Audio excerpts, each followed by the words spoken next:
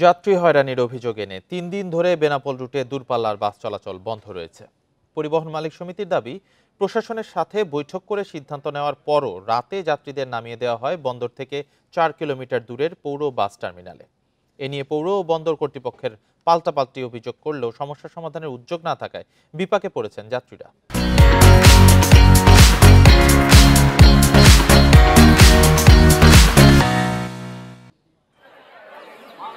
Passport যাত্রীদের জন্য বেনাপোল বন্দর আন্তর্জাতিক বাস টার্মিনাল ব্যবহার করতেন বাস মালিকরা। যানজট নিরসনে রাতের বাস বন্দর টার্মিনালে থামানো এবং দিনে দূরপাল্লার বাস থামানোর সিদ্ধান্ত হয় পৌর বাস টার্মিনালে, কিন্তু রাতের বাস বন্দর টার্মিনালে ঢুকতে না দেওয়ার অভিযোগ উঠেছে। প্রতিবাদে শুক্রবার রাত থেকে সারা দেশে বাস চলাচল বন্ধ করে দেয় মালিক সমিতি। মধ্যরাতে যাত্রীদের ৪ কিলোমিটার দূরের টার্মিনালে নামিয়ে দেওয়ায় নিরাপত্তাহীনতার অভিযোগ পরিবহন সংশ্লিষ্টদের। হঠাৎভাবে ডিসিশন নিয়েছে রাত ২টোর সময় গাড়ি আটকাই দিয়েছে। সমস্ত পরিবহন আটকানোর পরে পুরসভার স্টাফরা আমাদের ম্যাক্সিমাম সুপারভাইজারে মারধর করছে। যাত্রী হয়রানি বন্ধে দূরপাল্লার বাস বন্ধ থাকায় দুর্ভোগে পড়েছেন যাত্রীরাই। ব্যক্তিগত গাড়ি ও ট্রেনে করে বেনাপোলে যাতায়াত করতে হচ্ছে পাসপোর্ট যাত্রীদের।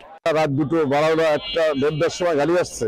এই যাত্রী ওখান থেকে পর্যন্ত আসা, টাকা পয়সা, ডলার, পাসপোর্ট, এদের দায়িত্ব নেবে কিনা? ৩টা বাজে সেই সময় আমাদের নামিয়ে দেওয়া হয় এবং অনেক হয়রানি পরে আমরা এখানে আইসা পৌঁছাই। বন্দর কর্তৃপক্ষ জানিয়েছে, ঊর্ধ্বতন কর্তৃপক্ষের নির্দেশে বন্ধ রাখা হয়েছে আন্তর্জাতিক চেকপোস্ট বাস টার্মিনাল। তবে ঢাকা কলকাতা বাস যাচ্ছে চেকপোস্ট হয়েই। বেনাপোল আন্তর্জাতিক স্থলবন্দরের বাস টার্মিনালটি আপাতত বন্ধ রয়েছে ঊর্ধ্বতন কর্তৃপক্ষের নির্দেশে। তবে ভারতগামী আন্তর্জাতিক যে বাসগুলো আছে এগুলো চলাচল করছে। কর্তৃপক্ষের নির্দেশ মোতাবেক আমরা আবার পুনরায় চালু করব। বেনাপোল রুটে প্রতিদিন দূরপাল্লার শতাধিক বাস চলাচল করে। দ্রুত সমস্যার সমাধান চেয়েছেন যাত্রীরা।